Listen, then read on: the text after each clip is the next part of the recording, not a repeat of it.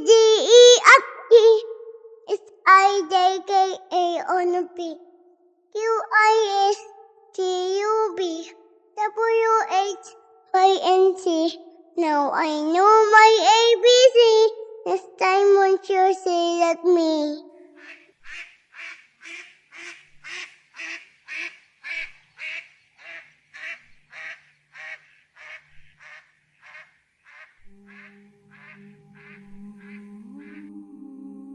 Ano bang alam kong trabaho bukod sa pagbebenta ng sorbetes? Siyempre wala. Binata pa lang ako noon, pero mamang sorbetero na ang bansag sa akin kahit Jimmy ang pangalan ko. Mukha na kasi akong matanda noon dahil sa sobrang dami ng pagod na dinaranas ko at sa araw-araw na paglalakad habang naglalako ng sorbetes. Na nitong mga panahong ito ay patok ito sa mga bata. Minsan nga ay ako pa mismo ang gumagawa nito. Wala rin akong pagkakataon makapag-aral dahil mahirap ang buhay. Natuto akong umasa sa sarili ko. Kanya-kanya kaming diskarte ng mga kapatid ko kung paano mabubuhay. Dahil hindi naman maaasahan ang aming mga magulang. Mabuti na lamang at napunta ako sa pangangalaga ng may-ari ng sorbetes na aking tinitinda na si Mang Eboy o Manong Iboy. Sabihin na lang natin na sinagip ako ng isang matanda mula sa masalimuot na sitwasyong kinalalagyan ko noon. 12 anyos pa lamang ako noon. Binubugbog na ako ng sarili kong mga magulang. Ang mga kapatid ko, dahil may kanya-kanya na silang diskarte sa buhay noon, ay wala na sa bahay. Kaya ako na lang ang naiwan na nag-iisa at siguradong ipit na ipit sa sitwasyon. Ang tatay ko ay lulong sa droga, habang ang nanay ko naman ay sugalera. Palagi nilang pinag-aawayan ng pera, kahit pareho naman silang walang trabaho. At nang makita nga ako ng matandang si Mang Eboy, agad niya akong kinuha at pinagsabihan ang mga magulang ko. Sa halip na pigilan siya, sinabi pa ng mga magulang ko na ampunin na lang ako o kaya'y siya nang bahala sa akin dahil may kaya naman siya sa buhay. At syempre, pumayag si Mang Eboy noon. O sige, ako na ang mangangalaga sa anak ninyo. Pero wag ninyo siyang pakikialaman kapag nasa bahay ko siya. At anumang disiplina ang ipatupad ko sa kanya, pati ang mga bagay na ibibigay ko, ay hindi na kayo dapat mangialam o makinabang pa. Sige, ikaw na ang bahala sa batang yan. Ayaw na naming magkaroon ng obligasyon sa kanya. Hindi dalag siya gumaya sa mga kapatid niya na may kanya-kanya ng buhay. Pabigat lang siya dito. Kung tutuusin, pwede na nga siyang magtrabaho. Malakas na siya. Sige, ikaw na ang bahalang sumagot sa kanya. Sige, mga wala kayong kwentang magulang. Na mga panahong iyon, inampon nga ako ni Mang Eboy. Matanda na talaga siya. Kumikita ng maayos ang negosyo niyang sorbetes noon dahil marami siyang tendero at kaya pa niyang pangasiwaan ang negosyo. Ngunit marupok na ang kanyang mga buto at madali siyang manghina. Sa kabila nito, inubos pa rin niyang natitira niyang oras para alagaan ako. Naging masarap ang buhay ko sa kanya. Naging tagabantay lang ako ng mga gumagawa ng sorbetes, kaya natutunan ko rin kung paano ito gawin. Nakakatikim na ako ng masasarap na pagkain at sa maikling panahon ay napag-aral niya rin ako. Walang naging anak si Mang Eboy. Bata pa lamang siya ay naging negosyo na niya ang sorbetes. Kaya hindi na niya naisipang magkaanak dahil wala iyon sa plano niya. Pero hindi ibig sabihin noon ay hindi siya interesado o walang malasakit sa mga bata. Kaya nga naawa siya sa akin at kinuha ako dahil ayaw na ayaw niyang makita ang mga dinaranas ko sa kamay ng sarili kong mga magulang. Sa totoo lang, nasanay na akong tawagin siyang papa. Ayaw lang niya dahil hindi naman daw talaga siya ang magulang ko. kahit ganoon ang trato ko sa kanya. Kaya habang tumatanda ako, Mang Eboy na lang talaga ang itinatawag ko sa kanya. Tumagal din ng halos 5 taon ang pagsasama naming dalawa at talagang pinahalagahan ko iyon dahil minahal ko rin siya bilang magulang ko. Ngunit dahil sa matanda na siya, mabilis din siyang binawian ng buhay noon. Namatay si Mang Eboy at dahil wala siyang anak, ako lang ang naiiwan sa kanyang negosyo. Inosente at mangmang pagdating sa mga ganitong bagay ako. Sabahin na lang natin, sa maikling pangungusap, na ginulangan ako ng mga trabahador namin. Dahil bata pa ako noon at madaling mauto, halos wala nang napupunta sa akin mula sa kinikita namin sa sorbetes na ibinubulsa ng mga trabahador. Inaasahan kong magiging tapat sila sa negosyo dahil matagal na silang nagtatrabaho roon. At alam ko sa maraming paraan ay tinulungan din sila ni Mang Eboy. Subalit sinamantala nila ang pagkawala niya at ang pagiging bata ko. Sabihin na lang natin na gumuho ang negosyo. Ninakawan nila ako. Bumalik sa dati ang buhay ko. Naging mahirap ulit akong bata. Pero nanindigan ako na hindi ako uuwi sa amin. Dahil ayoko nang maranasan pang muli ang impyernong pinagdaanan ko sa loob ng 12 taon. Sinubukan kong itaguyod mag-isa ang sorbetesan. Binata na ako nito. Ako ang gumagawa at ako rin ang nagtitinda.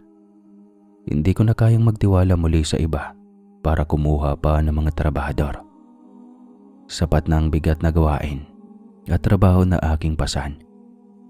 Aminado naman ako dahil mag-isa lang akong kumikilos. Hindi na muling umunlad ang bentahan ng sorbetes ko.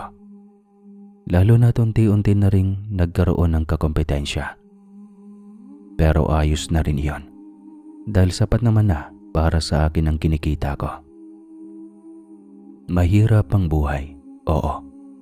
Pero hindi ko naranasang magutom o mawala ng makakain kahit isang araw. Maraming beses nang lumapit sa akin ang mga magulang ko para humingi ng tulong. Pero palagi ko silang tinatanggihan. Bukod sa wala talaga akong maibibigay, alam ko rin kung may maibigay man ako, mapupunta lang iyon sa masamang gawain. At ayaw kong maging instrumento ang perang pinaghirapan ko para lang suportahan ang kanilang mga bisyo. Umulan man o umaraw, hindi ako tumitigil sa pagtitinda dahil may mga bumibili naman. Nilalakad ko ang buong bayan sa paglalako ng sorbetes. Marami pa ring lumalapit sa akin na mga kabataan.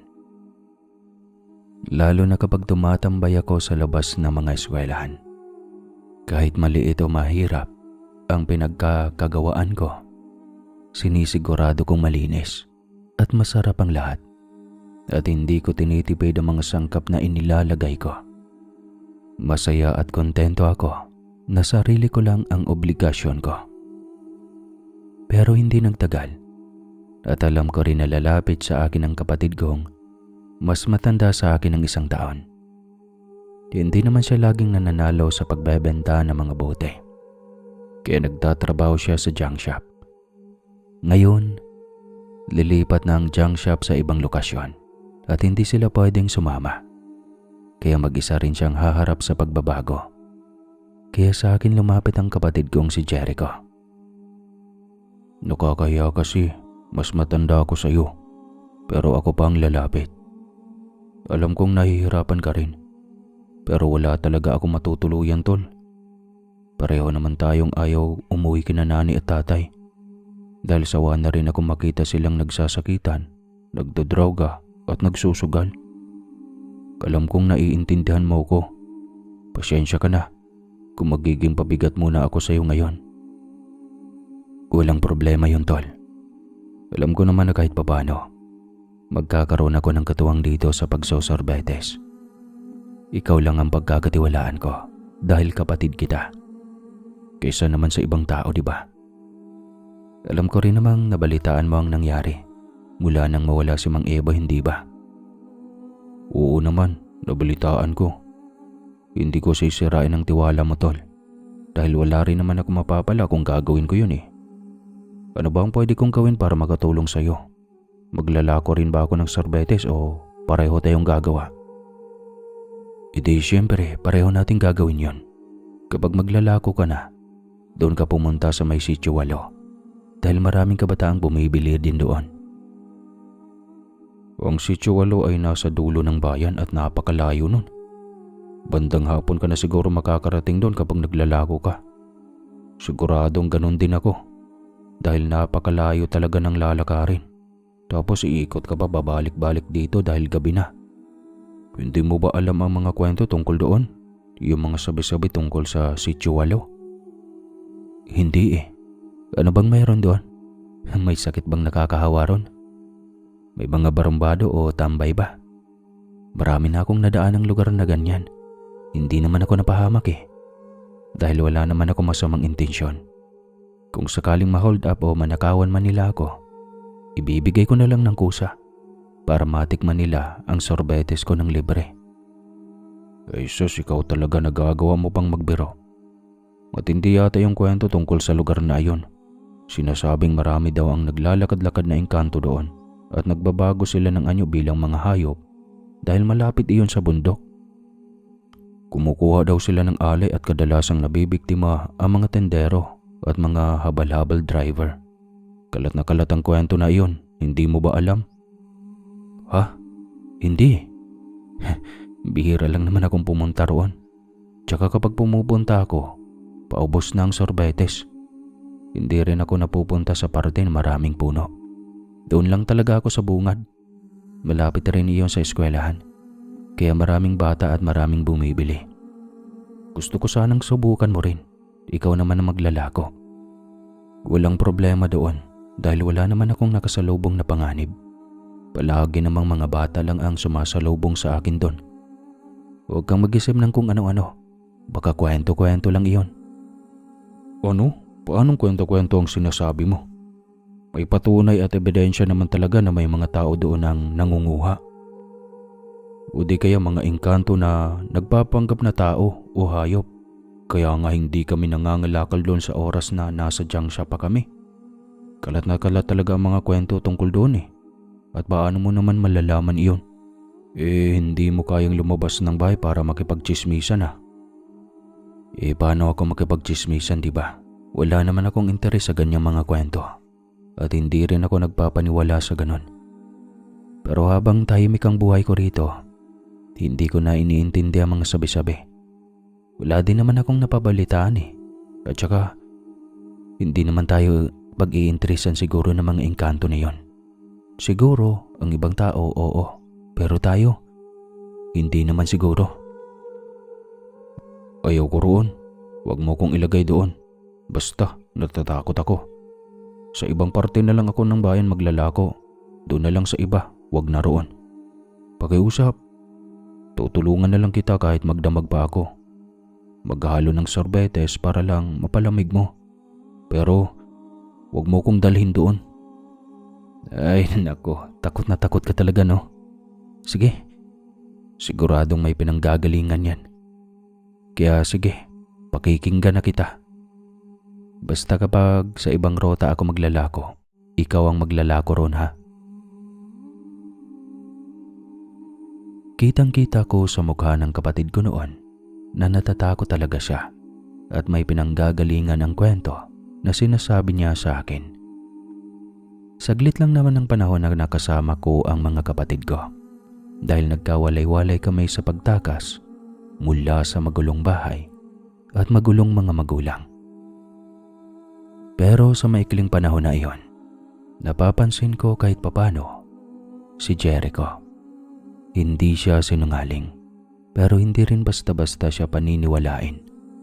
Kailangan mong patunayan sa kanya ang isang bagay bago mo siya makonbinsi na totoo iyon. Kaya noong nakita ko kung paano siya natakot sa sitwasyon, medyo nagkaroon din ako ng duda. Pero pinagaan ko na lang ang sitwasyon dahil ayaw kong matakot din. Dahil nagninegosyo at naghahanap buhay ako, ayaw kong pangunahan ako ng takot. Lalo na sa isang lugar kung saan malaki ang kinikita ko. Kinabukasan, nagpatuloy agad kami sa ginagawa namin. Saktong 8:00 ng umaga, lumakad na kami sa iba't ibang direksyon para maglako ng sorbetes. Alam ko madadaanan ko ang Sitio 8 bandang hapon. Gusto kong mag-obserba at kumuha ng batayan sa mga sinasabi ng kapatid ko. Buong araw na iyon, maayos naman ang benta. Kahit terik ang araw, hindi ako napapagod. Kasi 2 na kami ni Jericho nakakain. At dahil 2 na kami, nagkakaroon din kami ng mga bayarin. Sumapit ang hapon at kaunti na lang ang lakad bago makarating sa Sitio 8. Wala pang mga batang sumasalubong sa akin noon na medyo nakakapanibago. Pero iniisip ko, baka wala lang sila noon naglalaro dahil pagod sa paaralan o di kaya wala lang talagang lumalabas. Hindi naman nakakapanghinayang kung walang bibili sa akin sa Sitio 8 sa araw na ito. Kasi kaunti lang ang dala kong sorbetes. Sa tingin ko, kahit 5 bata na lang ang mabibilhan ko ay ayos na yon. Habang kinakalembang ko ang bell at tulak-tulak, umupo muna ako sa gilid ng isang malaking puno para magpahinga at uminom ng tubig. May mga tao pa naman sa labas kahit papano. Medyo kulay kahil na ang kalangitan. Malapit nang lumubog ang araw. Pero hindi pa rin ako nawawala ng pag-asa na may bibili. Minsan kahit itim na ang langit, may lumalapit pa rin sa akin at nagtatanong kung mayroon pa ba akong tinda. Maya-maya pa, may biglang lumapit sa akin. Isang matandang lalaki. Matagal ko na siyang nakikita roon, pero iyon ang unang beses na pinuntahan niya ako at kinausap. Maggagabi na. Hindi napapayagan ng mga magulang ang mga batang iyan na bumili ng sorbetes. Baka magkaubo. Tsaka, huwag kang umupo dyan sa puno. Bahala ka. Baka magustuhan ka dyan at hindi ka na makauwi. May mga anak ka pa siguro, no? Wala po akong anak, tay. Binata pa lang po ako. Bata pa nga po talaga. Ayos lang po kung walang bibili. Upo lang muna ako para magpahinga. Medyo pagod na po ako sa lakad buong maghapon eh.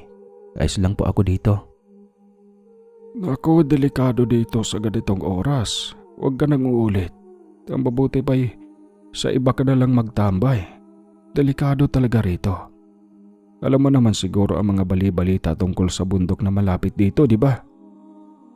Alam din iyon ni Mang Eboy mo. Hindi ba niya iyon ikunento sa iyo nung nabubuhay pa siya? Kaya nga siya hindi naglalako dito kasi alam niya ang nangyayari dito. Kaya kumuha siya ng mga trabahador para maglako sa kanya. Dahil doon, hindi iyon nakapag-asawa. Alam na ng Mang Eboy ko kung anong mayroon sa kwento-kwento dito sa Sitio 8. Wala naman po siyang nabanggit sa akin, tay. Hindi rin siya pala kwento tungkol sa mga nakaraan niya. At anong epekto nun kung hindi siya nakapag-asawa? Ako na lang ang magkwento sa iyo. Ang Mang Eboy mo, naglalako pa ng sorbetes noon pa. Mahigit 20 taon na siya ng mga panahong iyon. At sikat na sikat ang sorbetes niya. Dito sa Sitio 8, talagang inaabangan siya. Halos magkasing edad lang kami noon. Kaya alam na alam ko ang mga nangyayari. Pero may mga taon talaga na may kakaibang nangyayari sa bundok. Hindi ko alam kung ano mismo ang ginagawa ng mga engkanto roon. Pero bumababa raw sila at nagpapalit ng anyo para hindi makilala. Nangunguha sila ng mga taong pwedeng sumpain, gawing alipin, patayin ng walang dahilan at gawing alay. O kaya na may magustuhan nila.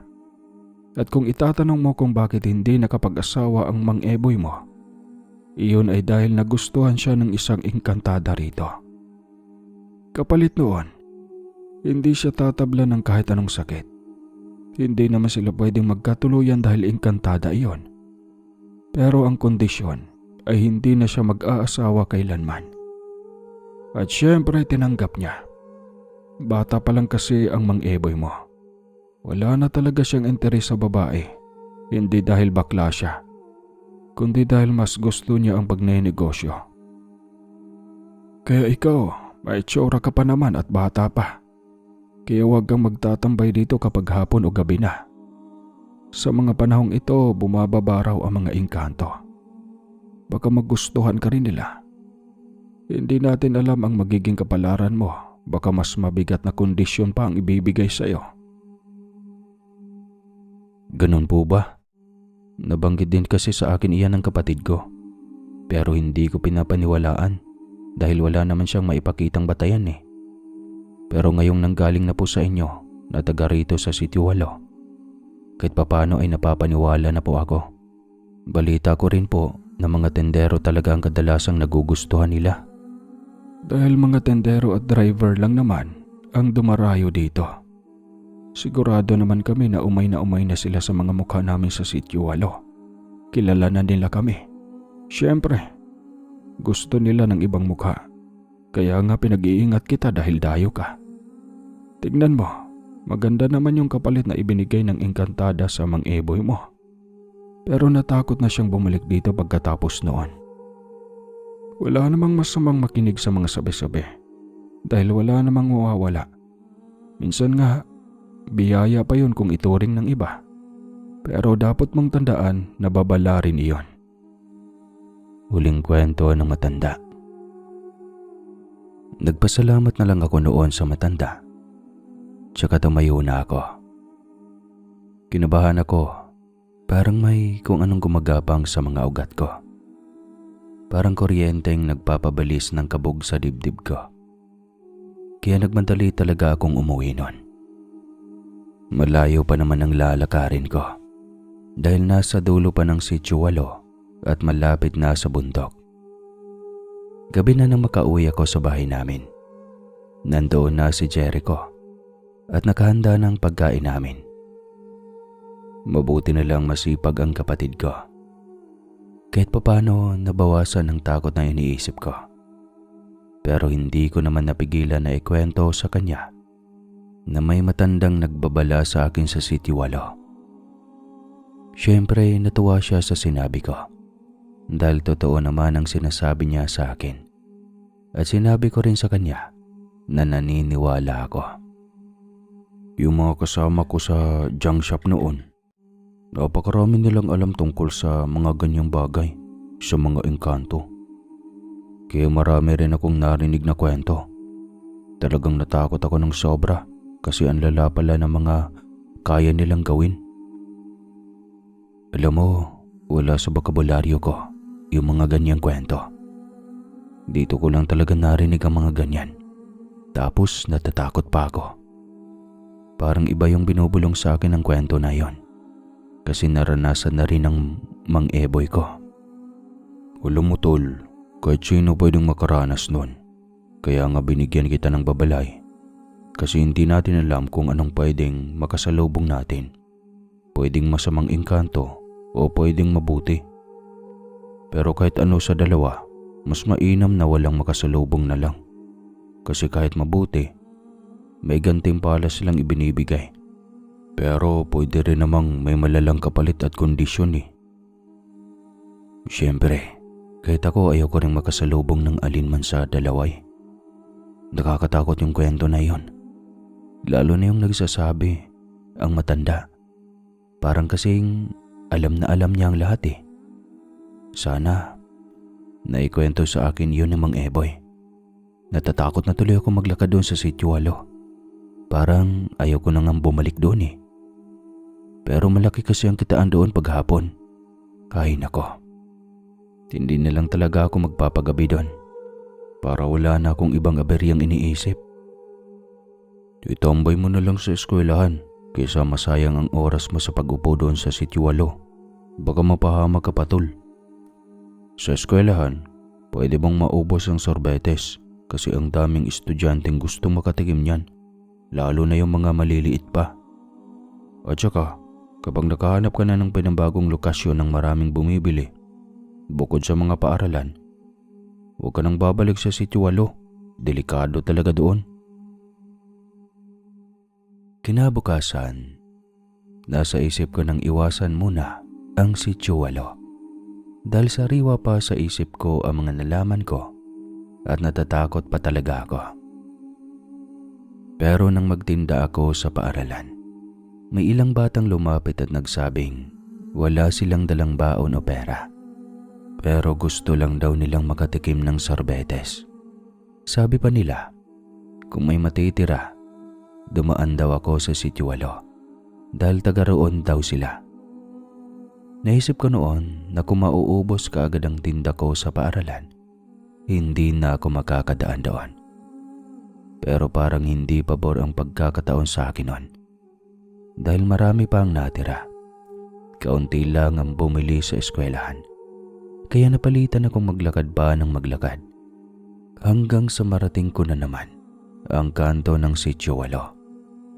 Maraming batang naglalaro sa loob. Kaya agad akong pumasok. Marami ang bumili. Marami ring mga nanay at tatay ang nakikipagkwentuhan sa akin. Pati mga batang nag-aasaran. Kaya talagang napapatagal ang oras ko roon. Totoo naman kasing mababait at matitino ang mga tao sa sitwalo. Dahil dito, napapaupo talaga ako at mabilis na lumipas ang oras. Hindi rin naman sayang dahil sa tagal ng pag-upo ko roon, talagang nakakabenta ako at nauubos ang sorbetes ko sa sityo na iyon. Gabi na nang matapos ang ginagawa ko roon at talagang pagod na rin ako sa buong araw. Kaya naisip kong sumakay na lang ng tricycle para makauwi kaagad. Dahil gusto na talaga ng katawan kong magpahinga. Habang naghihintay ako sa gilid ng isang puno, may nakita akong motorsiklong rumaragasa. Sobrang bilis ng takbo nito. Halatang nagmamadali. Nang dumaan na siya sa harap ko, bigla siyang nabundol. Nagtaka ako kasi wala namang tao roon, walang poste, at walang anumang pwedeng maging dahilan kung bakit siya biglang tumilapon. Yun pala, may tumawid na usa. Lalo akong nagtaka dahil hindi ko kaagad maintindihan kung anong hayop iyon. Akala ko'y kambing. Pero nang titigan ko ng mabuti, usa nga na walang sungay. Sobrang bihira makakita ng ganon sa bansa natin, di ba? Buhay pa ang usa, pilay at ika-ika. At maliit lamang ito. Pero ang driver ng motorsiklo, hindi ako sigurado sa kalagayan niya. Naglabasan ng mga tao at nakita ko siya sa pinagtilapiunan niya. Duguan ito. Siyempre, nagkumpula ng mga tao at lahat sila ay pumunta sa direksyon ng motorsiklo at nang tumilapong driver nito. Pero ako, sa usa ako lumapit dahil para bang na-magnet ako nito at naaawa rin ako. May sugat ito sa paa at pilay na pilay. Mukha pa itong bata, kaya binuhat ko siya at itinabi sa ilalim ng puno. Kitang-kita ko sa mga mata ng usa na nahihirapan at nasasaktan siya sa nangyari. Siguro pareho silang hindi nagkita ng driver, kaya nagkaroon ng aksidente. Awang-awa talaga ako. Alam niyo yung pakiramdam na gusto mo siyang iuwi sa bahay. Ganoon ang nararamdaman ko noon. Matagal pa ang tricycle at wala pang dumaraan, kaya inubos ko muna ang oras ko sa pagmasid sa paligid at sa kalagayan niya. Hindi ko inalis ang atensyon ko sa usa. Para bang ayaw ko siyang pabayaan nun kahit sandali. Sobrang nahuli ako ng uwi noon. Nang dumating lang ang ambulansya, tsaka muling umusad ang mga sasakyan. At doon pa lang ako nakakita ng tricycle. Pagod na talaga ako. Umungo lang ang usa. Halatang nasasaktan at tumitig sa akin na parang naiiyak. Alam niyo yung pakiramdam na parang ayaw kanyang paalisin. Ganoon ang nararamdaman ko noon. Hindi ko na rin alam kung anong pumasok sa isip ko. Basta na lang dinampot ko ang usa at isinama ko sa tricycle. Tinanong pa ako ng driver kung ako raw ba ang nakasagasa. Sabi ko, hindi. Naawa lang talaga ako. Natatawa pa nga siya sa akin at tinanong kung bakit ko pa raw inuwi ang usa. Pero hindi ko talaga matiis.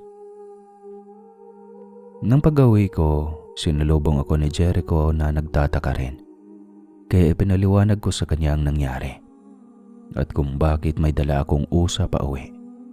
Tatawa-tawa pa siya noon. Pero pareho naming ginamot ang usa. Talagang inalagaan namin siya, tinapala ng sugat, pinainom ng tubig at hinilot-hilot ang mga paa niya. Wala naman kaming kakayahan na dalhin siya sa veterinaryo at baka hindi rin kami pansinin dahil bawal namang mag-alaga ng usa. Kaya kami na lang ang nag-alaga sa kanya. Makalipas ang halos 2 linggo, nagsimula na ulit siyang tumayo. Nabalitaan ko rin na ang driver na nakabangga sa kanya ay namatay.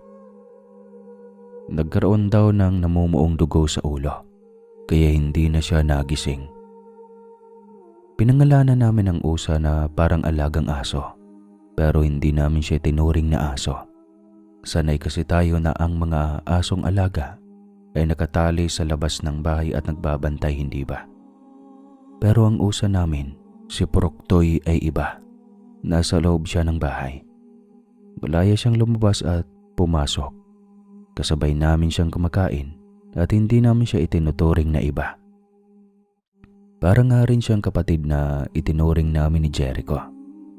Hindi namin siya trinato na parang hayop na basta nalang tinataboy o pinapabayaan. Kung minsan tinatanong ako ng kapatid ko kung ibabalik ko pa raw ba si Proctoy sa City 8. Sabi ko, hindi na. Kasi baka maulit lang na masagasaan siya. At saka nasanay na ang usa sa amin. Siguradong mahihirapan na siyang bumalik sa dati niyang tahanan dahil nakasanayan na niya na kami ang nagbibigay ng pagkain at tubig sa kanya. Hindi na niya iyon hahanapin pa.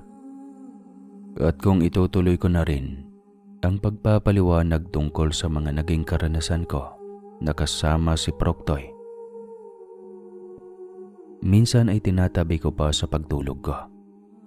Dahil palagi niya akong hinahanap. Siguro tanda na niya na ako ang nagligtas sa kanya. Yung anak mo, hinahanap ka na naman. Nakakatawa rin yung usa mo, no? Kaso, baka hinahanap na rin siya ng nanay niya. Kung hahanapin siya ng nanay niya o ng sino pang maghahanap sa kanya, pupuntahan nila si Proctoy dito sa bahay. Pero kung walang pupunta, wala nang ibang mag-aalaga sa kanya kundi ako. Hindi na alis dito si Proctoy. Kasama na natin siya. Tol, kung paanong engkanto palang may-ari niyan at sunduin siya rito. Pupunta pa sila dito sa bahay natin. Sige ka. Hindi naman malabong mangyari yun, di ba? Tignan mo, may usa sa lugar natin. Posibleng galing iyan sa bundok. Wala naman tayong nakikitang mga usa rito. Dati kapag dumadaan tayo roon, siguro ikaw rin. Ngayon mo lang nakita ang usang iyan, tapos inampon mo pa. Baka naman may iba talagang may-ari niyan. Hindi na yun mahalaga, tol. Basta, dito na si Proctoy. Akin na siya. Ako na ang amo niya. At kung may engkanto mang may-ari sa kanya, siguro matagal na akong naparusahan, hindi ba? Tsaka hindi na talaga ako naniniwala sa mga kwentong ganyan. Ang hirap kasi maniwala sa ganyan eh. Ngayon ko lang napagtanto. Lagi nyo na lang ikinokonekta ang mga normal na pangyayari sa buhay natin sa kung ano-ano. Pwede ba? Huwag na nating ihalo ang mga engkanto sa lahat. Nakakasira ng ulo yan eh. Mas okay pa akong makinig sa mga kwento ng aswang kaysa sa ganyan. Binibiro ka lang naman, tol. Hindi naman sigurado kung pagmamay-ari ng engkanto ang usa. Nagtataka lang din ako syempre at hanggang ngayon, hindi pa rin ako magmaniwala na may alaga tayong ganyan. May mga usa naman talaga sa Pilipinas pero bihira lang. At saka, ang amo niya agad, di ba? Oo, alam ko naman yon. Kaya nga inampon ko siya eh.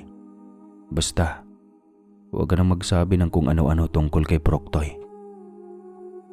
Hindi ko naman alam na may koneksyon pala ang mga nangyayari sa gabi sa mga napag-usapan namin ni Jericho.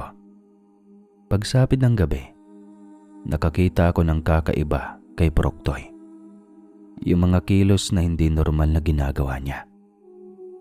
Nagkatitigan kami at yung titig niya parang hindi hayop ang kaharap mo, kundi parang isang tao. Tapos nakakaramdam ako ng kilabot. Ang ginawa ko noon, niyakap ko siya at kinausap. Sabi ko, Proctoy, matulog na tayo. Huwag ka na malungkot, maganda naman ang pangalan mo. Di joke lang. Mabilis naman akong makatulog noon. Hindi ko nga mapigilan ng antok. Nagdilim ang paningin ko hanggang sa napunta ako sa isang dimensyon na hindi ko sigurado kung panaginip ba iyon. Dahil nakita ko ang sarili kong bumangon at pumasok sa isang pinto. Paggalingon ko, wala na si Proctoy sa tabi ko. Nakakita ako ng isang magandang babae na nakatayo sa labas ng bahay namin. Yakap-yakap niya si Proctoy at masaya silang nagkita muli. Napakaganda ng babae at nagliliwanag pa ang mga mata niya. Alam kong hindi siya normal at hindi tao, pero hindi ako nagpakita ng takot. Binati niya ako, tapos lumapit siya sa akin. Bigla rin niya akong niyakap at sinabing, "Maraming salamat." Salamat daw kasi sa akin. Nabuhay pa raw ang anak niya. Natatawa ako sa isip ko, paano ang anak? Paano magkaroon siya ng anak? Tapos tumawa rin ang babae. Pagkatapos, pinaliwanag niya sa akin ang lahat-lahat. Alaga ko at ng mga espiritu, ang hayop na ito. Nailigtas mo siya mula sa pagkakasagasa. Mahalaga siya sa akin, kaya itinuron ko siyang parang anak. Minsan, ginagamit ko ang anyo niya kapag gusto kong lumabas sa mundo ninyo. Matagal ko siyang hinanap matapos siyang mawala sa aming mundo. Sanay siya sa buhay kasama naming mga engkantada. Kaya nang makita ko na maayos ang kalagayan niya sa piling mo at hindi mo siya pinabayaan, sobra akong natuwa. Dahil doon, hinayaan ko siyang manatili muna sa iyo na matagal na panahon nang hindi ako nagpapakita. Paano na ngayon? Babawiin mo na ba siya sa akin? Galit ka ba sa akin? Kung ikaw talaga ang tunay na may-ari niya, ayos lang. Tatanggapin ko. Alam ko sa sarili ko na hindi siya dapat pabayaan. At alam kong hindi mo rin gagawin iyon. Kahit masakit, papayag ako. Hindi ko na siya kukunin sa iyo, syempre.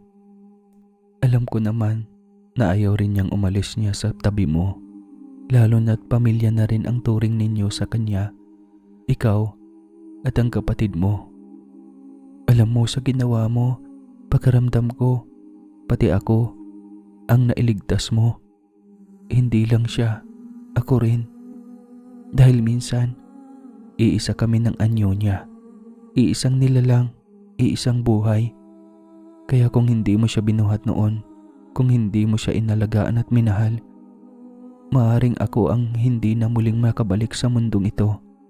Hindi ko alam kung paano kita pasasalamatan. Walang sapat na salita, walang kayamanang makakatumbas ng isang buhay na iniligtas. Pero nakaisip na ako. Naku, hindi na. Huwag mo na akong gantimpalaan. Hindi ako tumulong kay Proctoy para may kapalit. Mula pa noong unang beses ko siyang makita, gusto ko talaga siyang tulungan. Mula sa puso ko iyon. Hindi ko na siya binitawan. Kaya sapat na iyon para sa akin. Hindi ko kailangan ng tulong. Hindi ko kailangan ng biyaya. At lalong, hindi ko kailangan ng kapalit sa ginawa ko. Masaya ang puso ko dahil natulungan ko siya at dahil nabuhay siya. Kapag ang isang engkantada ang nagsalita, wala ka nang mag-aagawa. Para sa akin, nais ko kayong gantimpalaan ng swerte sa inyong negosyo. Yayaman kayo sa pagtitinda ng sorbetes Maniwala ka at hintayin mo basta ipagpatuloy ninyo ang pagiging mabuting magkapatid. Darating ang panahon na lahat ng tindahan sa buong Pilipinas ay kayo ang magsusupply ng mga neon. Pipigilan ko pa sana ang engkanto sa mga pinagsasabi niya. Pero bigla na lang siyang nawala at agad akong nagising. Pagmulat ko ng mga mata at muling pagbangon, sigurado akong nasa realidad na ako. Nakita ko si Proctoy sa paanan ko, mahimbing na natutulog. Sa kabilang kama naman ang kapatid kong si Jericho. Ang pagkaramdam ko noon ay sobrang gaan. Parang nawala lahat ng pagod sa katawan ko. Ni antok, hindi ko na maramdaman. Alam niyo yung pagramdam na gustong gusto mong kumilos at may lakas kang gawin ang kahit na ano. Kaya kahit alanganing oras, naghalo pa ako ng sorbetes. Pero sa kaloob-looban ko, pagkaramdam ko ay marami akong kailangang gawin sa aking kinabukasan. Kaya kailangan kong kumilos at gumawa ng mas marami. Hindi na talaga ako nakatulog hanggang mag-umaga. Maliwanag na noon, pero medyo madilim pa rin ang paligid. May kumatok na sa amin, kaya agad ko itong binuksan. Ay, magandang araw po. Ano pong sa atin? Sa kaarawan ng anak ko mamaya, baka may mga sorbetes ka riyan na pwede mong dalhin doon. Babayaran ko kahit magkano. Damihan mo ha? Kasi marami siyang bisita. Sabi niya kasi sa akin, masarap daw ang tinitinda mong sorbetes na lagi niyang pinapabili tuwing hapon. Bumibili rin daw siya niyan sa may eskwelahan. Kaya naisip ko kung pwede, ipamigay na lang sa mga bisita ang mga sorbetes mo sa kaarawan niya. Huwag kang mag-alala, babayaran ko ang lahat niyan. Kahit may patong pa, basta maibigay ko lang ang gusto ng anak ko. Talaga po, sakto naman. Ang dami kong nagawa at marami pang sobra. Anong oras mo ba kailangan? Pag-usapan na lang natin ang presyo. Nakakatuwa naman ang anak niyo po. Natatandaan pa rin niya ang sorbetes ko. Sabihin mo lang sa akin kung saan gaganapin. Tapos kakausapin ko ang kapatid ko para maayos namin at maihatid mamaya. Abe, sino ba namang bata ang hindi nakakilala ng sorbetes mo? Sikat na sikat yan dito. Yung anak ko pa nga, sabi niya, wag na lang daw siyang mag-birthday kung hindi niya matitikman yan at maipapamigay ang sorbetes mo. Lahat ng kaklase niya bumibili niyan, pati mga kaibigan niya, kahit mga taga rito sa atin. Alam na alam kung gaano kasarap ang sorbetes mo. Kaya sige, magbabayad ako kahit magkano. Napabalikwas sa paggising si Jericho noon. Sigurado akong narinig ng kapatid ko ang sinabi ng lalaki. Nagkatitigan kami at sabay na napangiti. Ipinaliwanag ko sa kanya kung magkano ang kikitain namin. At hindi siya makapaniwala sa laki ng halaga kasi mayaman ng lalaking lumapit sa amin. Talagang siya pang nagtaas ng presyo ng mga sorbetes at sinigurong sulit ang bawat isa. Akala namin malaki na ang magiging tubo. Pero mas malaki pala ang idadagdag na bayad ng lalaking iyan. Para bang nagbigay pa siya ng tip. Kitang-kita namin ang tuwa ng mga batang kumakain ng sorbetes nung bandang tanghali. Hindi rin namin inaasahan na marami palang mayayamang tao ang dadalo at makakatikim nito. Dahil sa rekomendasyon ng lalaki, dumagsa ang mga lumalapit sa amin para bumili. Doon nagsisimula ang swerte namin. Bawat may birthday ay hindi nawawala ang ice cream. Hanggang sa hindi na namin namalayan ang oras ng paglalako.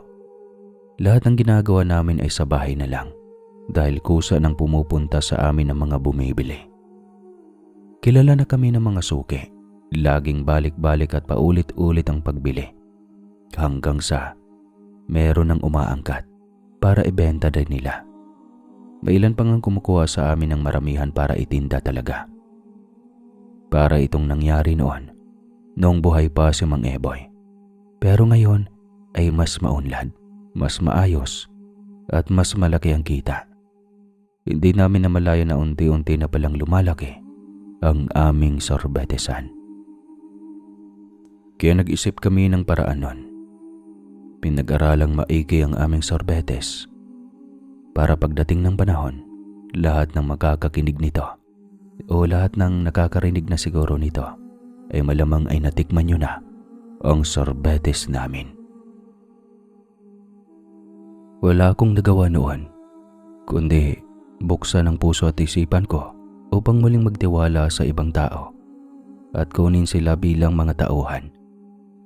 Dahil hindi na naman kaya ni Jericho ang bigat na mga gawain.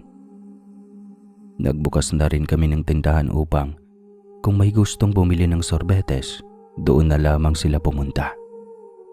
Hindi na rin namin kinaya ang maglako dahil napakarami na nang umu-order sa amin. Dumating ang panahon na nakaupo na lang kami at tumatanggap na lang ng mga bumibili, habang may mga taong kumikilos at nagtatrabaho para sa amin. Si Proctoy naman, hindi pa rin namin pinabayaan. Kasama pa rin siya sa araw-araw naming buhay. At maging ang aming mga trabahador, tinuruan na namin tratuhin siya bilang kapwa. Hindi bilang hayop o simpleng alaga lang. Kahit minsan ay hindi ko pa nabanggit sa kapatid ko ang panaginip ko tungkol sa engkantadang tunay na may-ari ni Proctoy. Hindi ko pa rin man nasasabi sa kanya na tama ang hula o biro niya na baka nga galing sa engkanto ang usang iniligtas ko. Pagkaramdam ko kasi, hindi pa ako handa. Pero kitang-kita ko kung gaano kasaya at kaaliwalas ang kapatid ko sa swerteng dumating sa amin.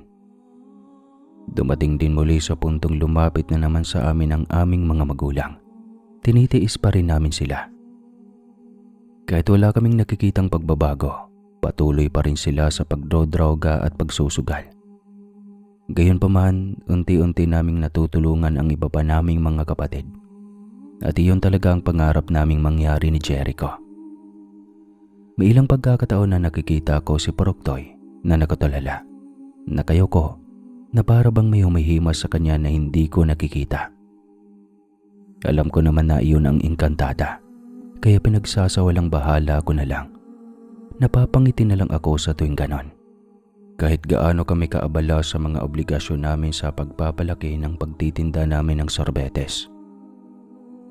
Hindi pwedeng walang oras na maibigay ko sa anak kong usa na si Proctoy. Oo, anak na ang turing ko sa kanya. Hindi ko siya hinahayaan na makita ng ibang tao. Hindi dahil tinatago ko siya, kundi dahil ayaw kong mapagbigyan siya ng takot. Maaring magkaroon ng maling intensyon ng ibang makakakita sa kanya. At higit sa lahat, ayaw kong ilayo siya sa akin. At hindi rin nagtagal noon, hindi ko na natago kay Jericho kung ano talaga ang nangyayari. At kung bakit biglang bumuhos ang swerte sa amin. Dahil siya mismo ang nakapansin nun. Tol, nagdududa na talaga ako ha. Ano ba talagang nangyayari? Bakit parang iba ang trato mo kay Proctoy? Parang anak na siya. Tapos, bumubuhos ang swerte sa atin. Ikaw ba?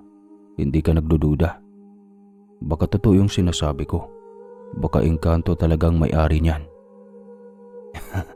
Uy, hindi naman ha.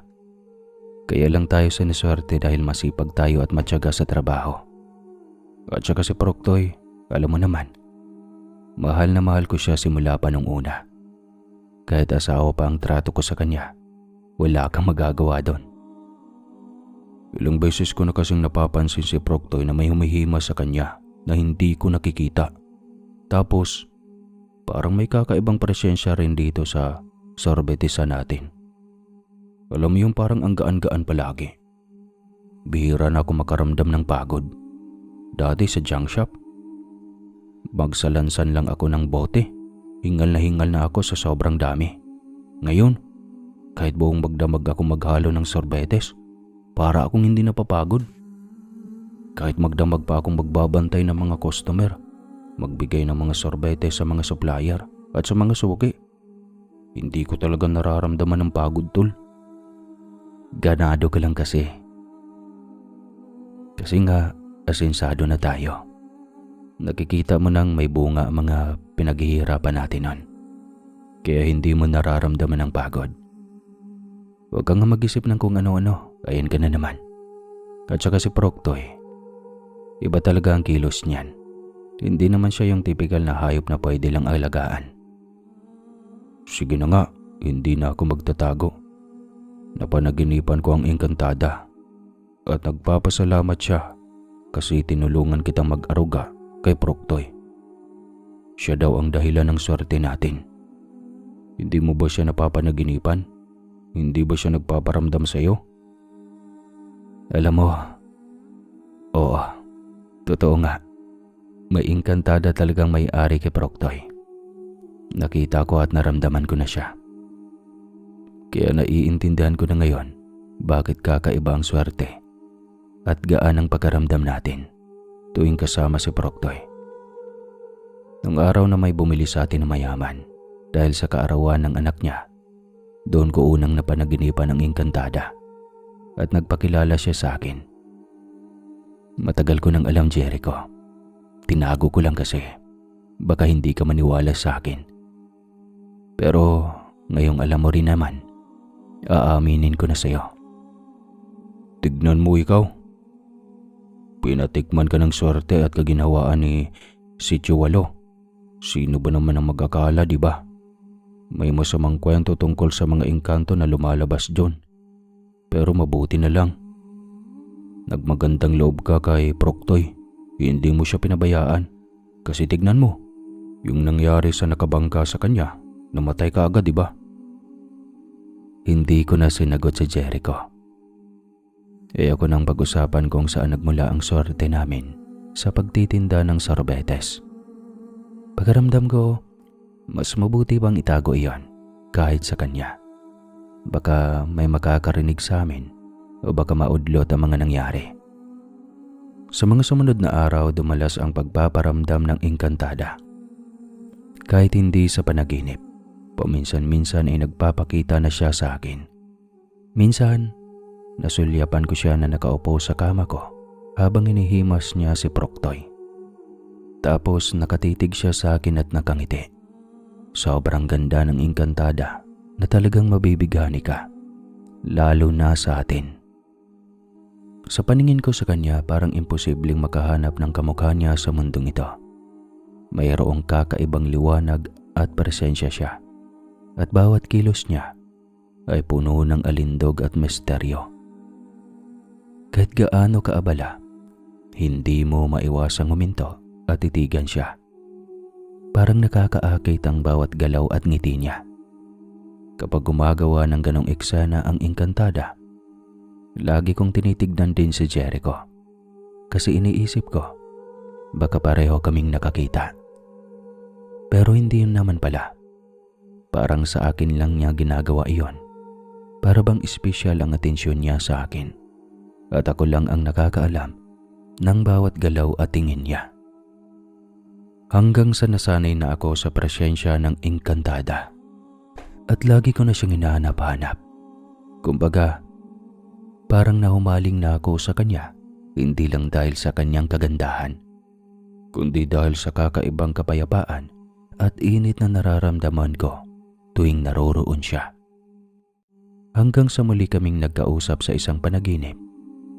Isang panaginip na hindi ko kailanman malilimutan. Ang bawat salita, bawat titig, at bawat kilos niya ay nananatili sa aking isipan. Tila ba ito'y mas malinaw pa kaysa sa anumang alaala sa totoong buhay. Mayroon ka na ng lahat ng inihiling mo. Mayroon ka na ng magandang buhay. Nakamit mo na rin ang swerte na matagal mong ipinagdarasal para sa inyo ng kapatid mo. Pero may kulang pa rin. Wala ka pang kasintahan, hindi ba? Wala pang nagpapabilis ng tibok ng puso mo. Dahil wala kang kotse at walang LTO. Di, joke lang. Hindi ba't malungkot ang ganun?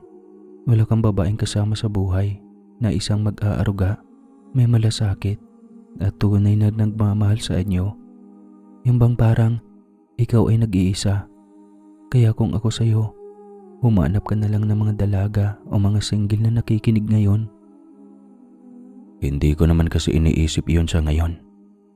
Dahil wala rin namang babaeng nagpapakita ng interes sa akin. Ayoko masayang ang oras ko sa mga bagay na hindi naman makakarating sa tama. At hindi ako yung tipo na basta-basta lang magpapadala ng damdamin. Siyempre, gusto ko rin naman yung taong kaya akong mahalin sa kabuuan, yung totoo at tapat, at hindi lang pansamantala. Huwag kang mag-alala, Mamang Sorbetero.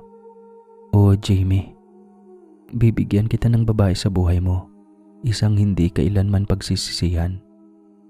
Habang buhay kanyang mamahalin at pahahalagahan. Hindi, wag na. Sobra-sobra ng swerte na ibinigay mo sa amin ng kapatid ko. Ayos na ako. Hayaan ko na lang na ako na mismo ang makatagpo ng babaeng iyon. Huwag mo na akong bigyan pa. Sapat na ang biyayang natatanggap ko sa ngayon. Huwag kang mag-alala. Kaya nga sabi ko hindi mo ito pagsisisihan. Talagang ipagkakaloob ko sa iyo ito. Darating ang panahon na malalaman mo, makikita mo at mararamdaman mo rin. Hindi pilit ang pagmamahal na iyon. Ito'y totoo. Ngunit kapag dumating na ang babaeng iyon sa buhay mo, hinding-hindi mo na ako makikita. Hinding-hindi na rin ako muling magpapakita sa iyo. Gayunpaman, magpapatuloy pa rin ang mga biyayang matatanggap ninyo ng kapatid mo. Bilang pasasalamat ko sa kabutihang ipinakita mo. Hindi ko na nasagot pa ang huling sinabi ng engkantada dahil unti-unti na rin siyang naglaho sa aking paningin. Araw-araw kong iniisip ang mga salitang iniwan niya sa akin. Bata pa naman ako noon, oo. Pero darating din ang panahon na masasagi ako ng pagmamahal.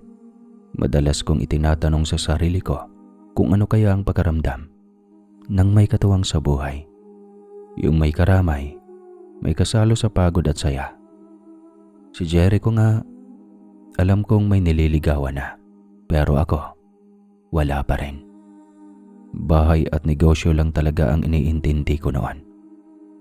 Ngayon na medyo gumaan na ang mga gawain namin at hindi na kasing bigat ng dati, tiyaga ko naramdaman ang kakaibang pagkabagot. Isang umaga, napakaraming bumibili sa amin noon ng sorbetes na kailangang dalhin sa iba't ibang lugar. Kaya maaga pa lang, hinihingal na kami sa pagod. Kakakarga pa lang sa mga trucks ng sorbetes. Napaupo na lang kami sa labas para makahinga. Hanggang sa napansin namin ang isang magandang babae.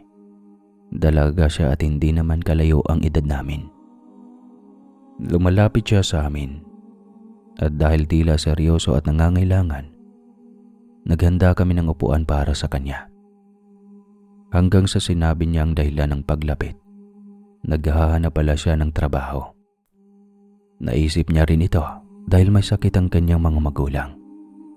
Sa hindi ko alam kung paano niya nalaman, pero nabanggit niya na kulang kami sa tauhan.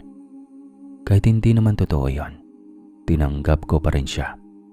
Ginawa ko siyang tagalista sa amin at taga-inventaryo. Nang malaman ko na malayo pala ang tirahan niya, isang bayan na may pagitan mula sa amin, binigay ko na sa kanya ang isang kwarto sa bahay namin ni Mang Eboy para hindi na siya kailangang bumiyahe pa, para hindi na rin madagdagan ang kanyang gastos. Tuwang-tuwa ang babae na itago na lang natin sa pangalang Mariposa o short for Marie.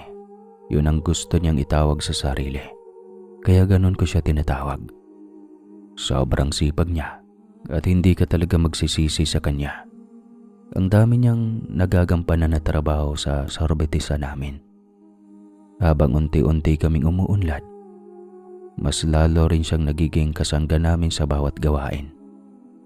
Ang matindi pa doon, simula nang dumating si Marie, hindi na nagpakita sa akin ang engkantada kahit sa panaginip. Parang may pagbabago sa paligid. Ang presensya niya ay napapalitan ng sipag at kasipagan ni Marie. At ramdam ko ang ibang klase ng tuwa at kaayusan sa tindahan namin. Crush mo yung bago nating tauhan oh. Crush mo si Marino. Wala namang mali sa pagtulong ko sa kanya at sa paraan ng pagtrato ko sa kanya. Siyempre, inaalagaan ko lang siya dahil mabuti ang kanyang kalooban. Binibigyan ko lang siya ng pansin at pagmamalasakit. Kasi, tignan mo, nagsusumikap siya para sa mga magulang niyang may sakit. Ibig sabihin, napalaki siya ng tama at may tamang pagpapahalaga sa buhay. Tapos, tignan mo tayo, yung mga magulang natin. Ay nako, ayoko na lang sabihin pero alam mo na yon. Ngunit sa kanya tignan mo, tinutulungan niya. Kasi alam niya sa sarili niya na hindi masasayang ang pagod niya at may kabuluhan ang bawat bagay na ginagawa niya para sa mga ito. Uy sus, tama ka naman dyan. May saysay naman ang sinasabi mo. Pero hindi rin naman malabong magkatuluyan kayo niyan eh. Kasi tignan mo, halatang interesado rin siya sa'yo eh. Nahuhuli ko nga siyang tumitingin sa'yo minsan eh. Kaya kung bigyan mo ng ibig sabihin ng mga ganyang bagay, tol. Kapag nagulo ang isip ko at nagpadala ako roon, baka masira ang negosyo natin. Siguro mas mabuti nang huwag ko munang bigyan ng kahulugan ng lahat. Baka kasi maniwala akong mahal niya ako, di ba? Pinabalik niya rin naman ang lahat ng alaga at tulong na ibinibigay mo sa kanya eh. Kagaya ng pagtulong niya sa negosyo natin.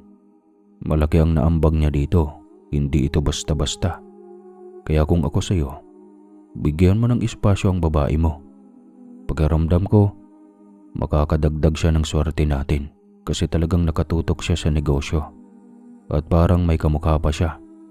Hindi ko lang masabi ng buo pero parang hawig niya lang. Kaunti ng kaunti. Ang engkantada na may-ari kay Proctoy. Ay nako, hindi ko na napapansin yung mga ganyang bagay. Pero kung isipin, oo nga no, hawig nga siya kay Marie, di ba? Hindi ko alam eh. Paiba-iba na kasi ng sitwasyon ng buhay natin. Tapos sobrang bilis ng lahat ng nangyayari. Pero kung tatanungin mo ako kung papasa naman si Marie, syempre naman no. Gusto ko rin naman bigyan siya ng pagkakataon kung papala rin ng tadhana na mapasama siya sa atin at maging bahagi ng buhay natin. So, subukan mo na kasi. At huwag mong sayangin ang pagkakataon. Huwag kang mag-alala. Susuportahan kita. Alam mo naman kung gaano kita kakampi, diba? Sige na, pag-isipan mo ng mabuti. Alam mo namang nariyan lang si Mario. Medyo lumakas ang loob ko kahit papano. Pero diba, kapag amo ka at nagkagusto ka sa trabahador mo, malaking usapin iyon at pwede pang magkaroon ng ibang ibig sabihin. Makakaisip ang ibang mga trabahador ko na baka mandaraya si Marie. Pero iniisip ko rin kasi nakikita ko ang mata ng engkantada sa kanya kapag napapatitig siya sa akin. Ayoko namang mag-ilusyon na siyang nagkatawang tao na engkantada para kami na, diba? Alam ko na ang koneksyon namin ay para lang kay Proctoy. Malaki na si Proctoy nun at pakiramdam ko, meron na siyang sariling pag-iisip. Isang isip na hindi normal. Siyempre, dahil nasasapian din siya ng mga engkantada. Pero parang nakumbinsi na rin ako na kahit si Proctoy mismo, iba ang tingin niya kay Marie. Para siya nga ang babaeng itinadhana sa akin na sinasabi ng engkantada. Habang tumatagal, napapansin ko na mas madalas ko na siyang iniisip. Hindi naman halata, pero may mga pagkakataon na naiilang ako kapag nakangiti siya sa akin o kapag nagkukwentuhan kami habang nagtatrabaho. Mga simpleng bagay lang, pero may iba sa pakiramdam ko. Minsan kapag nagkakatitigan kami habang abala sa sorbetes, hindi ko maiwasang magtanong sa sarili ko kung ano kaya ang ibig sabihin ng pakiramdam na iyon. Ayoko parang isipin ng sobra, pero ramdam ko, may pagkaiba siya sa ibang tao.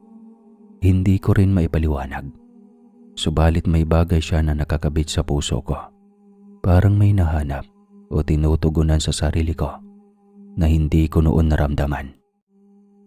Unti-unti, naisip ko na baka oras na para maging totoo sa sarili ko. Nagusto ko rin siyang ligawan, pero kailangan pa rin ng tiyaga. Hindi pwede ang biglaang desisyon, lalo na't may trabaho at responsibilidad kami pareho. Pero hindi na rin pala ako pinapahirapan ng tadhana. Isang araw, si Marie mismo ang umamin sa akin dahil medyo nasusuputan ako sa sarili ko. Nagsimula siya sa mga salitang sobrang saya niya daw na dumating ako sa buhay niya. Nagrabe ang pasasalamat niya dahil ako lang daw ang bukod-tanging tao na tumulong sa kanya habang naghirap siya para lang mairao sa mga magulang niya. Ngumiti pa ako habang sinasabi niya yon. Iniisip kong maliit na bagay lang ang nagawa ko. Tapos, nagulat ako nang humingi siya ng paumanhin. Sabi niya,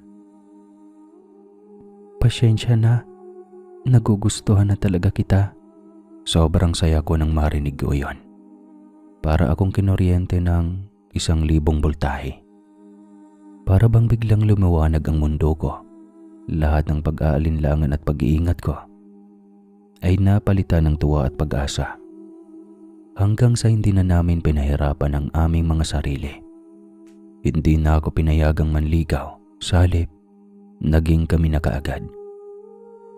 Maraming taong nagulat at nabigla, pero wala naman silang masabi. Pareho kaming magalang at may tamang ugali ni Marie. Kaya hindi rin naman ako nagkaroon ng masamang bulong-bulungan sa paligid. Tama nga ang kutob ni Jericho. Mas lalo pang umunlad ang aming negosyo noong nagkaroon ako ng katuwang sa buhay. Abot langit ang pasasalamat ko noon sa Encantada kasi ramdam ko siya na siya ang dahilan ng lahat ng nangyari sa akin. Naging matibay ang relasyon namin ni Marie. Wala kaming naging problema. Pareho kaming tutok sa paggawa ng pera at pagpapabuti ng buhay namin. Habang tumagal, ako na ang sumalo sa bayarin ng mga magulang niya kapag nagkakasakit sila. Wala nang iniisip si Marie tungkol doon. Talagang pinagaan ko ang buhay niya. Nagdagdag din kami ng maraming negosyo. Pero hindi ko na isa-isahin lahat dito. Basta hindi na kami nakabase lang sa pagsosorbetes yung lako-lako. Doon namin natutunan na bumili ng machine, gumawa ng sorbetes na nakalagay sa baunan. At unti-unti nagsusupply kami sa malalaking tindahan pati sa mga mall. At hindi lang iyon, marami na din kaming iba pang pinagkakakitaan. Makalipas ang ilang taon, nakapagtayo na rin kami ng sarili naming bahay. Gayon din naman si Jericho. Siyempre hindi ko siya pinabayaan. Kasi siya rin ang kasama ko sa hirap at tagumpay. Nagplano rin kami ni Marie na gumawa ng sarili naming pamilya. Pero inuna namin ang kapakanan ni Proctoy. Binigyan namin siya ng maayos na tirahan sa likod ng bahay namin. At sinigurado kong mararamdaman niya na hindi siya itinakwil. Kahit malayo siya sa piling namin ni Marie, kinuhanan ko rin siya ng sariling tagabantay para pagkaramdam niya ay may kasama pa siyang makakalaro kapag abala kami ni Marie sa negosyo. Dumating din ang araw na matagal kong hinihiling at hinihintay. Sa kabila ng lahat ng pagtitiis at pagtitimpi ko, siyempre, iyon ay ang makita naming magbago ang aming mga magulang. Bukas palad namin silang tinanggap muli sa buhay namin ni Jericho. Hindi bilang mga taong aasa lang sa amin, kundi bilang mga taong may sariling gagawin. Ginawa namin silang mga trabahador sa ilan sa aming negosyo para magkaroon sila ng pagkakaabalahan at matutong tumayo sa sarili nilang mga paa. Pero bago yun nangyari, para tuluyan silang magbago ay pinarehab namin silang pareho. Nakita naman naming nagsisikap talaga silang bumawi. Hanggang sa pagkalipas ng ilang buwan, kita na sa kilos at gawa ng pagbabago nila. Pero kahit ganon hindi pa rin namin ibinigay ang buong tiwala. Hindi dahil sa galit, kundi dahil sa takot na baka bumalik lamang sila sa dati nilang gawi. Mas mabuti nang maging maingat kaysa muling masaktan. Ang iba pa naming mga kapatid ay hindi rin namin pinabayaan. Unti-unti naming tinulungan ang bawat isa, ayon sa kung ano ang kaya at kailangan nila. Wala kaming ipinagdamot sa mga biyayang natanggap namin at sa mga patuloy pang dumarating. Marami ang hindi makapaniwala sa naging asenso naming magkapatid. Sa totoo lang, kahit kami mismo, minsan ay hindi rin kumbinsido. Parang napakabilis ng lahat sa isang iglap. Nagbago ang takbo ng buhay namin. Hindi ko rin inaasahan ang ganitong kapalaran. Akala ko tatanda na lang ako sa paggawa ng sorbetes at makokontento na sa simpleng buhay na meron ako noon. Akala ko iyon ang hangganan ng mga pangarap ko. Pero mali pala ako. Mahigit pa palang nakalaan. Naging maswerte ako sa halos lahat ng aspeto ng buhay, sa kabuhayan, sa pamilya, at sa pag-ibig. Kung iisipin ko ng mabuti, nagsimula ang lahat sa isang simpleng desisyon. Ang pagtulong ko sa isang usang nasagasaan. Minsan pala, sapat na ang isang kabutihang ginawa ng walang hinihinging kapalit para tuluyang magbago ang buong buhay mo. At nung dumating ang araw na nabalitaan kong nagdadalang tao na si Marie, siguro ako ang pinakamasayang tao sa buong mundo sa mga oras na yon. Kitang-kita ko rin kung gaano kasaya si Jericho para sa akin. Talagang sabik na sabik siya sa pagkakaroon ng pamangkin. Minsan napag-uusapan pa rin namin ang patungkol sa engkantada. May mga hula pa kami noon na baka nagtatawang tao ang engkantadang iyon at siya ay naging si Mariposa. Pero alam naming ilusyon lang iyon para sa amin dahil sigurado naman akong tao si Marie, ang babaeng minamahal ko at walang iba. Siguro may pagkakahawig sa kanya dahil ang engkantada ang naglaan sa akin kay Marie. Pero para sa akin, totoo man iyon o hindi, nararapat na isama sa bawat usapan ang engkantada. Dahil siya ang dahilan ng lahat ng nangyari sa amin. Ikikwento mo ba sa mga anak mo o magiging anak natin kung ano talagang nangyari sa buhay mo? Kung bakit ganito na tayo kaasinsado ngayon? Kung bakit tayo mayaman? Sasabihin mo ba sa mga supling mo kung saan talaga nagmula ang mamanahin nila sa'yo? At bakit naman hindi? Talagang ipagmamalaki ko iyon. Ako ba naman ay si mamang sorbetero lang noon kahit bata-bata pa. Tapos biglang umunlad ang buhay ko at nakuha ko ang respeto ng mga tao. Talagang ipagmamalaki ko yun ng paulit-ulit sa mga anak ko. At dapat din nilang malaman. Kasi may aral naman ng lahat ng nangyari sa atin, di ba? Ipinakita nito na kapag nagpakabuti at nagsikap ka, may bunga ang lahat ng ginagawa mo. Tapos doon ko nawanawaan. Doon pala nagsimula ang pag-unlad ng buhay ko o buhay natin. Ang galing mo no, tol. Kung hindi mo siguro ako tinangay dito sa bahay ng Mang Eboy noon, paniguradong palaboy-laboy pa rin ako. Naghahanap ng kung ano-anong trabaho. Pero biyaya na rin sa akin na nagsara yung junk shop.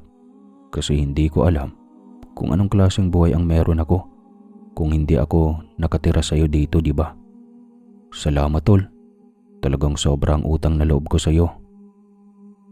Ano ka ba? Sa'yo ako may utang na loob. Sobrang dami kong utang na loob sa'yo, kung alam mo lang. Mula noong ikaw ang unang naniwala sa akin na totoo ang engkanto sa sitwasyon natin. Hanggang sa pagtulong mo dito sa ating negosyo. Ikaw rin ang naging libangan ko noon. Yung mga simpleng kwentuhan natin sa gitna ng pagod. Noong batak na batak pa tayo sa trabaho. Malaking bagay lahat ng iyon sa akin. At higit sa lahat, ikaw ang nagtulak sa akin na umamin kay Marie. Dahil kung hindi dahil sa'yo, baka hanggang ngayon ay nagdadalawang isip pa rin ako. O kaya ay baka nagsisisi na. Hoy naku tol, alam mo namang hindi ko ginagawa iyon para may utang na loob ka sa akin. Gusto ko lang talaga na makita kang masaya at maayos ang buhay mo.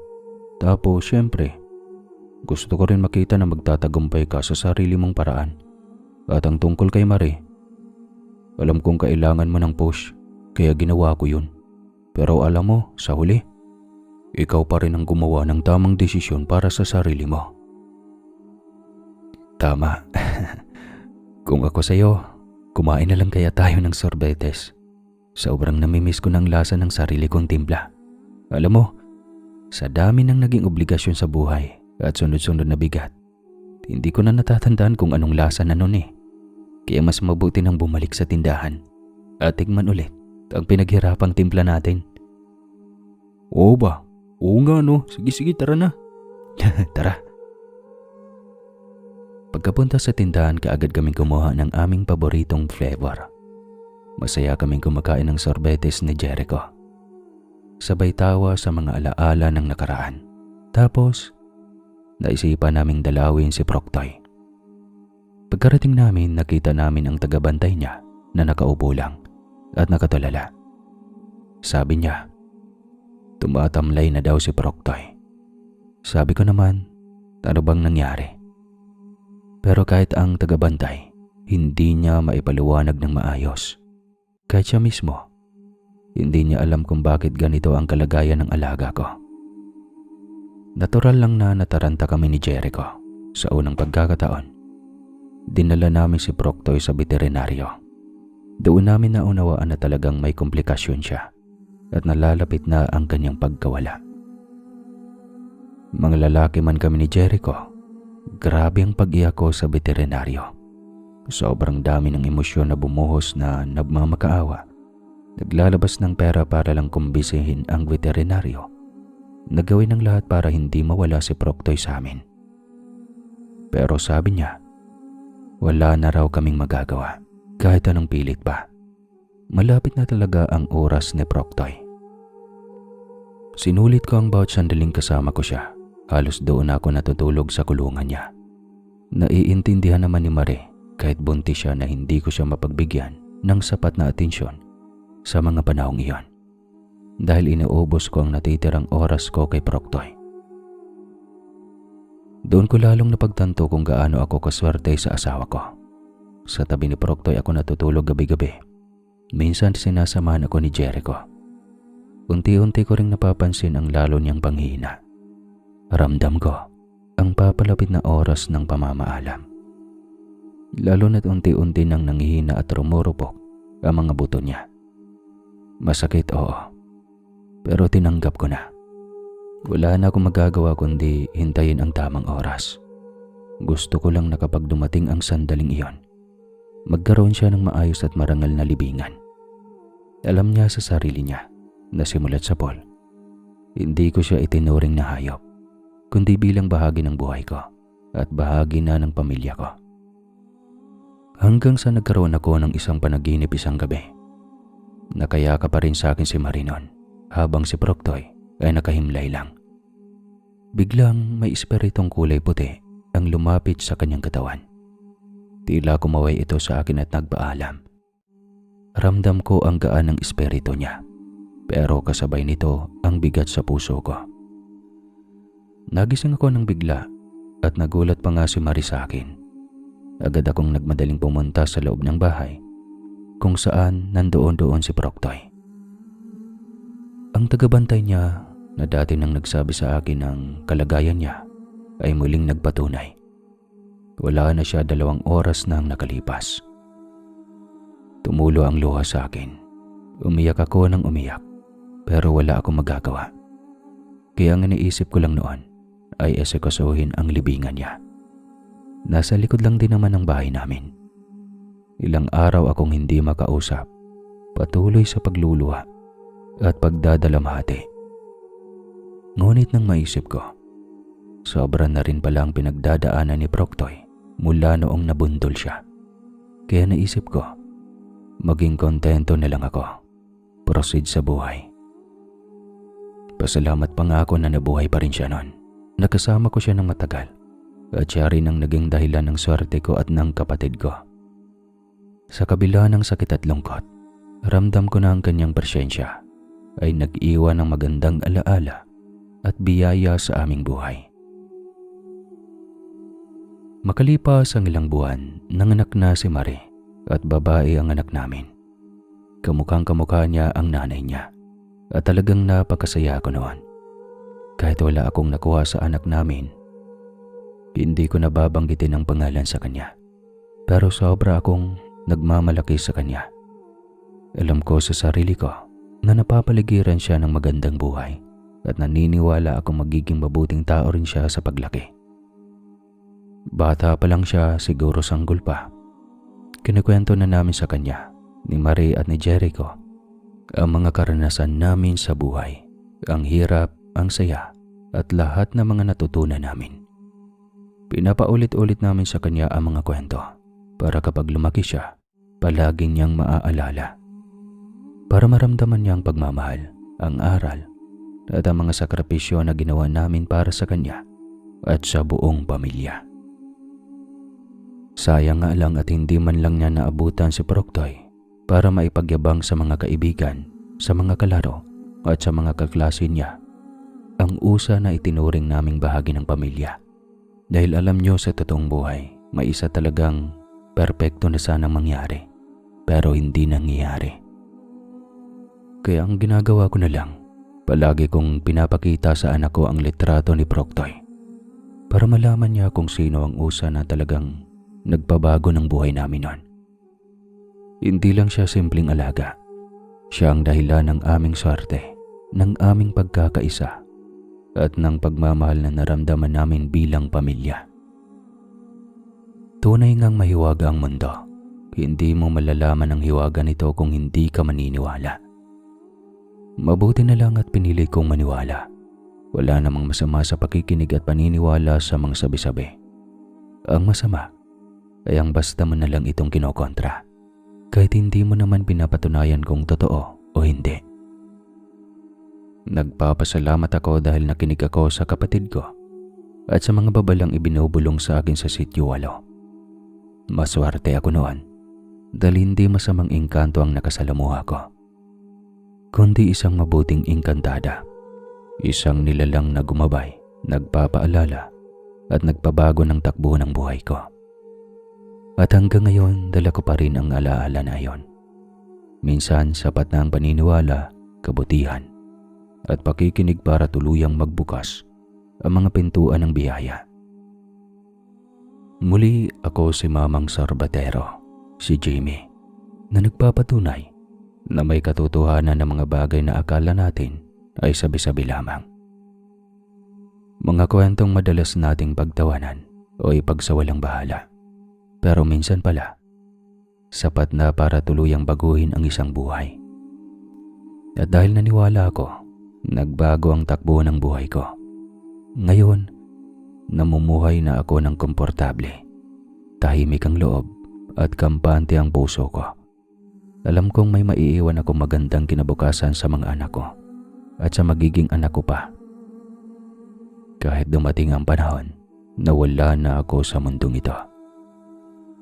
Kung may maiiwan man akong aral, iyon na ito. Minsan, ang kabutihang ginawa mo nang walang hinihintay na kapalit, ang siya palang magiging dahilan ng lahat ng biyayang darating sa iyo. Hanggang dito na lang po ang kwentong ito. Sana may natutunan kayo sa aking kwento na aral. At sana lahat ng magpapasko ngayon at magbabagong taon ay magiging masaya. Lalo na ang buong pamilya ninyo. Muli po, ako po si Jimmy, ang Mamang Sorbetero. Huwag kalimutan magkape kahit magpasko na.